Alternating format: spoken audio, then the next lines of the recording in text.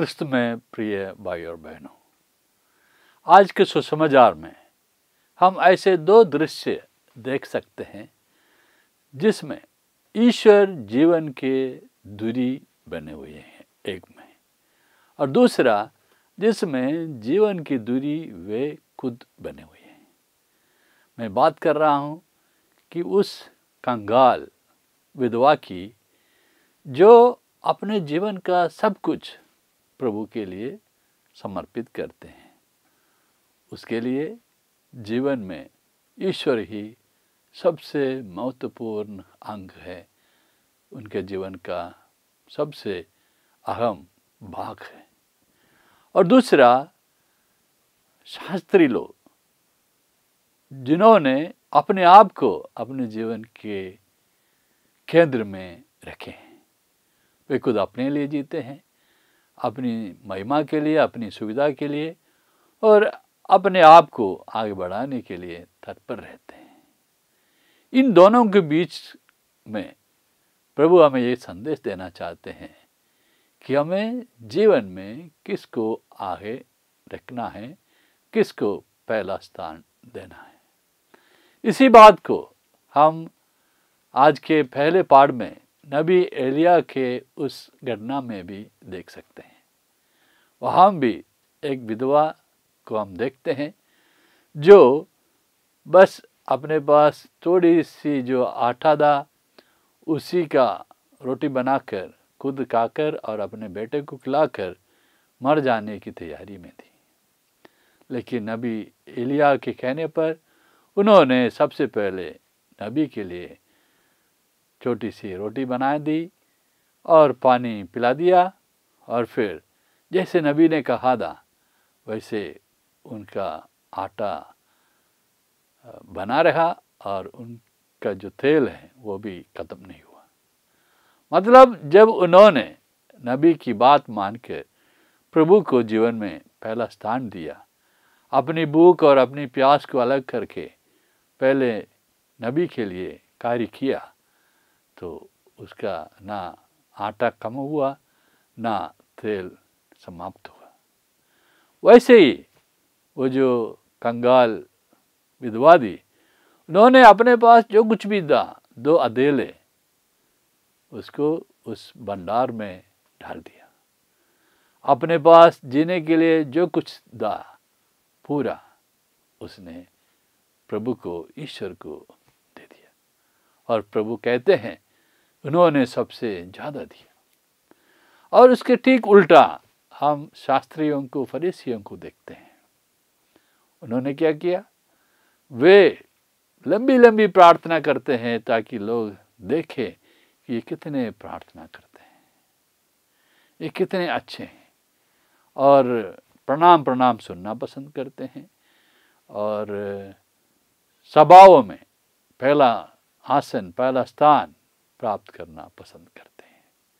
मतलब जो खुद अपने लिए जीते हैं। प्रभु इतना तक कहते हैं वे विधवाओं के और गरीबों के संपत्ति छांट खाते हैं, मतलब हड़प लेते हैं। मित्रों, ऐसे 2 वर्ग के बीच में हमें एक चुनाव करना है। हम किसको जीवन में पहले स्थान देना चाहते हैं? ईश्वर हमारे जीवन में कितना मायना रखते हैं? हम ईश्वर की बातों को कहाँ तक सुनते हैं? उसके अनुसार चलने के लिए हम कितना तत्पर रहते हैं? इस बात पर हमें गौर करना है। मैं केरल से हूँ। मेरा घर पेरिंजेरी करके एक गांव में है। तो मैं पिछली गर्मी में घर गया था, और उस समय मेरे घर के पास में 3 किलोमीटर जाने पर वहाँ संत एउप्रासिया का कब्र है, जिस कॉन्वेंट में संत एउप्रासिया ने बहुत साल जीवन बिताया था, उस जगह है, वो कॉन्वेंट है।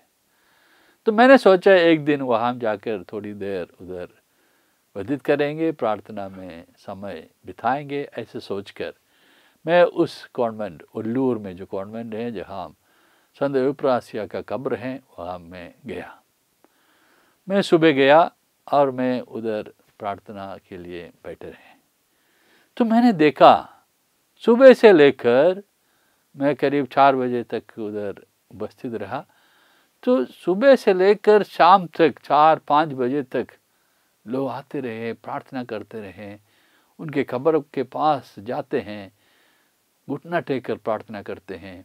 और पास में ही एक नित्य आराधना का चापल है जहाँ परम प्रसाद को रखा गया है, वहाँ जाकर प्रार्थना करते रहते हैं। कोई 10 मिनट, कोई आधा घंटा, कोई 1 घंटा, कोई उससे भी ज़्यादा समय के लिए उधर उपस्थित रहते हैं। तो मैं सोचने लगा क्यों इतने लोग यहाँ आते हैं। ये सिस्टर अविप्रास्या, संत अविप्रास्या एक साधारण सी सिस्टर थी। उन्होंने कोई बड़ा चमत्कार नहीं किया था, उन्होंने कोई बड़ा काम नहीं किया था, लेकिन उन्होंने अपने जीवन में सबसे पहला स्थान ईश्वर को दिया था।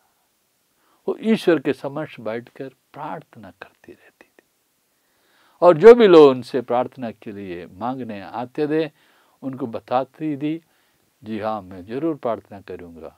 और इतना तक बोलती थी, मैं मर भी जाऊं फिर भी तुम्हें नहीं भूलूंगी। वो वही करती है। अब मर गई, अब संत बन गई, अभी भी वो उन सभी को नहीं भूली है और उन सभी के लिए प्रार्थना करती रहती है। इसलिए लोग उनके पास आते रहते हैं, क्योंकि उनको मालूम है यदि हम उनकी मध्यस्थता मांगेंगे तो वो जरूर हमारी मदद करेगी, जरूर हमारे लिए प्रार्थना करेगी और हमें प्रभु की कृपा और आशीष प्राप्त होगी। मित्रों, हमें भी जीवन में पहला स्थान ईश्वर को देना है। जब हम पहला स्थान ईश्वर को देते हैं, उसकी इच्छा की पूर्ति के लिए तैयार होते हैं, उसके लिए प्रयास करने, परिश्रम करने और जोखिम उड़ाने तक के लिए तैयार रहते हैं, तो फिर प्रभु अपना सारा कार्य कर देता है। हमें फिर चिंता करने की जरूरत नहीं। कहते हैं विश्वास का विपरीत डर है। जहां विश्वास कम हो गया, कमजोर हो गया, वहां डर पनपने लगते हैं। जहां डर है, मान के चलिए विश्वास कम है, कमजोर है। इसलिए हमें विश्वास कमजोर नहीं करना है, प्रभु पर यकीन करना है और प्रभु की इच्छा पूरी करने के लिए तैयार रहना है और प्रभु को जीवन में पहले स्थान देना है। जैसे आज के सुसमाचार में जो कंगाल विधवा ने किया था और आज के पहले पाठ में वो जो सरेप्ता की विधवा ने किया था, ताकि ईश्वर की कृपा और आशीष हमारे जीवन में सदा सदा बनी रहे। ईश्वर आप सबको आशीष प्रदान करे।